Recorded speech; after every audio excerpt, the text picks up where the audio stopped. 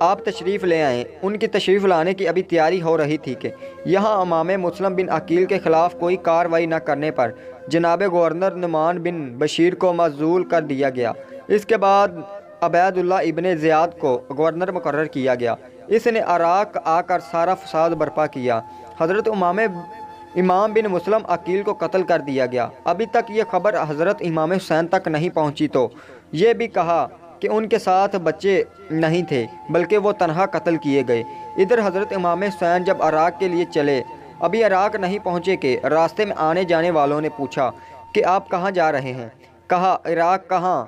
وہاں تو حضرت مسلم بن عقیل کو قتل کر دیا گیا ہے، وہاں کا تو گورنر تبدیل ہو گیا ہے، آپ وہاں کیسے جا رہے ہیں؟ حضرت امام حسین نے سوچا کہ اب کیا کیا جائے۔ اپنے تمام لوگوں سے مشورہ کیا، طے یہ ہوا کہ سفر جاری رکھا جائے۔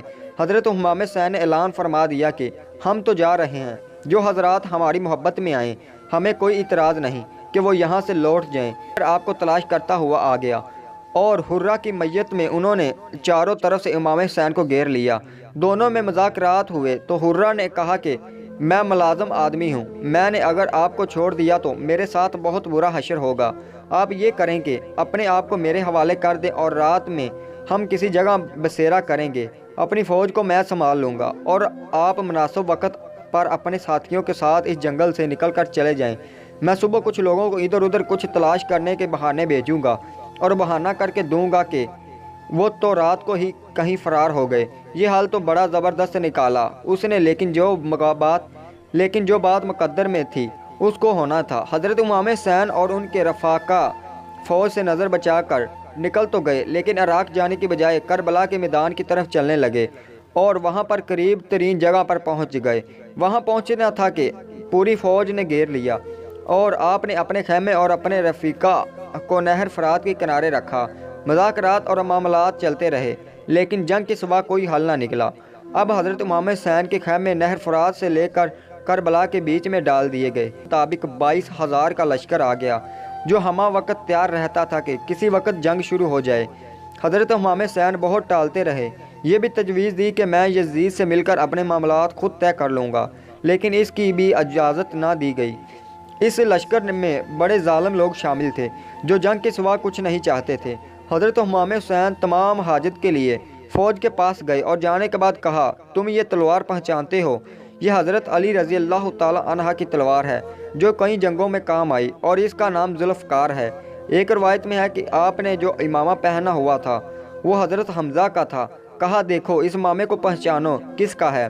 سارے اپنے فضائل مناقب بیان کیے اور کہا کہ تم یہ جانتے ہو کہ جب بھی کوئی ناحق قتل ہوا اس کے بدلے کتنے مارے گئے؟ سب لوگ خاموش سے سنتے رہے۔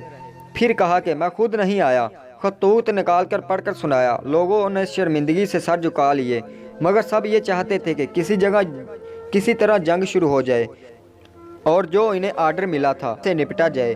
غرض یہ کہ تمام معاملات کے بعد 10ویں محرم جمعہ کا دن آ گیا۔ ظہر کے وقت سے پہلے لڑائی شروع ہو گئی۔ عراق کے دستور کے مطابق ایک آدمی تمام رفقا شہید ہوتے رہے۔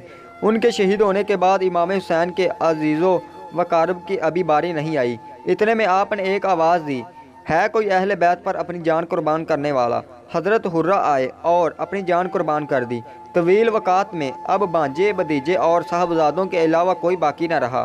ان سب نے یکے بعد دیگرے جان دے دی۔ آخر میں امام حسین کا کنبہ بچ گیا۔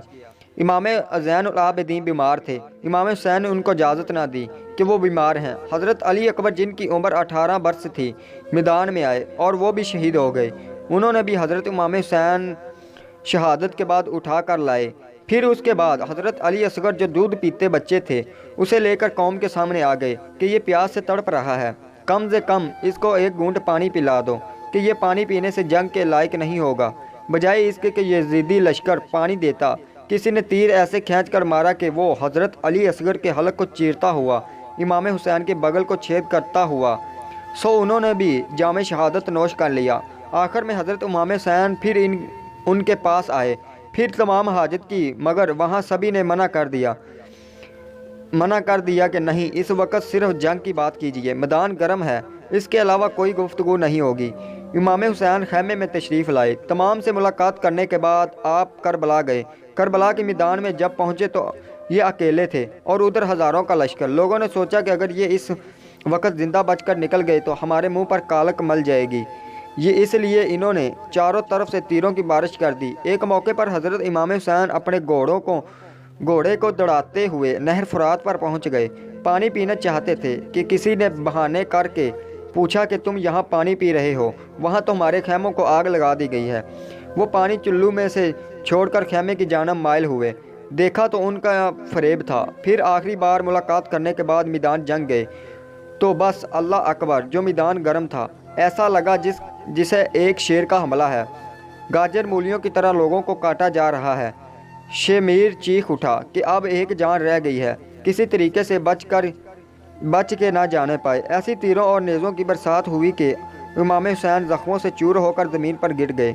کوئی شخص ان کی گردن ذبح کرنا چاہتا تھا، انہیں نیزہ مارنا چاہتا تھا کہ امام حسین نے کہا کہ تھوڑی دیر ٹھہر جاؤ کہ میں نماز ادا کر لوں۔ نماز ادا کرنے کے بعد تم جو جی چاہے کرنا۔ عین جمعے کا وقت تھا۔ حضرت امام حسین نے نماز کی نیت کی، جیسے ہی سر سجدے میں رکھا لوگوں سے صبر نہ ہوا۔ ایک روایت کے مطابق حلی بن یزید، ایک روایت کے مطابق شیمر لین نے آپ کی گردن اقدس پر ایسی تلوار ماری کہ سر بدن اقدس سے جدا ہو گیا۔ 56 سال 5 مہینے 5 دن کی عمر میں محرم کی 10 تاریخ کو حضرت امام حسین جام شہادت نوش کیا۔ آپ کا جام شہادت نوش کرنا تھا کہ یزیدیوں نے بظاہر اس جنگ کو جیت لیا۔ جنگ جیتنے کے بعد اور شہداء جو تھے ان کے بھی سر قلم کیے گئے، بدن سے جدا کیے گئے، ہاتھوں کو کاٹ کر نیزوں پر رکھا گیا۔ اس طریقے سے جلوس نکل کر عبید اللہ ابن زیاد کے دربار میں پہنچا۔ بعض اہم کو لوگ جو اہل سنت کے ماننے والے نہیں، ان کا ایک مخصوص مذہب یہ ہے کہ ناسیبی یہ ایک فرقہ ہے، اس کا کہنا یہ ہے کہ یہ بات غلط ہے کہ حضرت امام حسین کا سر کاٹا گیا۔ ایک اہم تھا جو جگہ جگہ تقریر کرتا پھرتا تھا، آج کل اس شیطان سے ہمیں نجات مل گئی۔ وہ کہتا تھا کہ لوگوں نے زبردستی داستانیں گڑھ لی ہیں، امام حسین کا سر تو بدن سے جدا نہیں ہوا۔ ارے یہ تو عراق جا رہے تھے یزید سے بیعت کرنے، اور راستے میں ڈاکو آئے اور انہوں نے حملہ کر دیا۔ اس سلسلے میں حدیث ملخص فرمائیے۔ امام بخاری نے حضرت امام حسین کے فضائل پر ایک باب باندھا ہے، جس کے راوی حضور صلی اللہ علیہ وسلم کے مشہور صحابی حضرت زید بن ارقم رضی اللہ تعالی عنہ ہیں۔ وہ فرماتے ہیں کہ مجھے پتہ چلا عبید اللہ ابن زید کے دربار میں حضرت امام حسین کا سر آنے والا ہے۔ وہ پہلے ہی دربار پہنچ گئے۔ وہ کہتے ہیں کہ میں نے دیکھا کہ ایک تشت میں حضرت امام حسین کا سر رکھا گیا۔ ایک طرف کھڑے حضرت زید بن ارقم دیکھ رہے تھے۔ عبید اللہ ابن زیاد کے ہاتھ میں ایک چھڑی تھی۔ وہ حضرت امام حسین کی آنکھ پر چھڑی مارتا اور کہتا کیا یہ حسین کی آنکھیں ہیں؟ ان کے ہونٹ پر چھڑی مار کر کہتا کیا یہ حضرت حسین کے ہونٹ ہیں؟ کبھی ان کے دانت اقدس پر چھڑی مار کر کہتا کیا یہ حسین کے دانت ہیں؟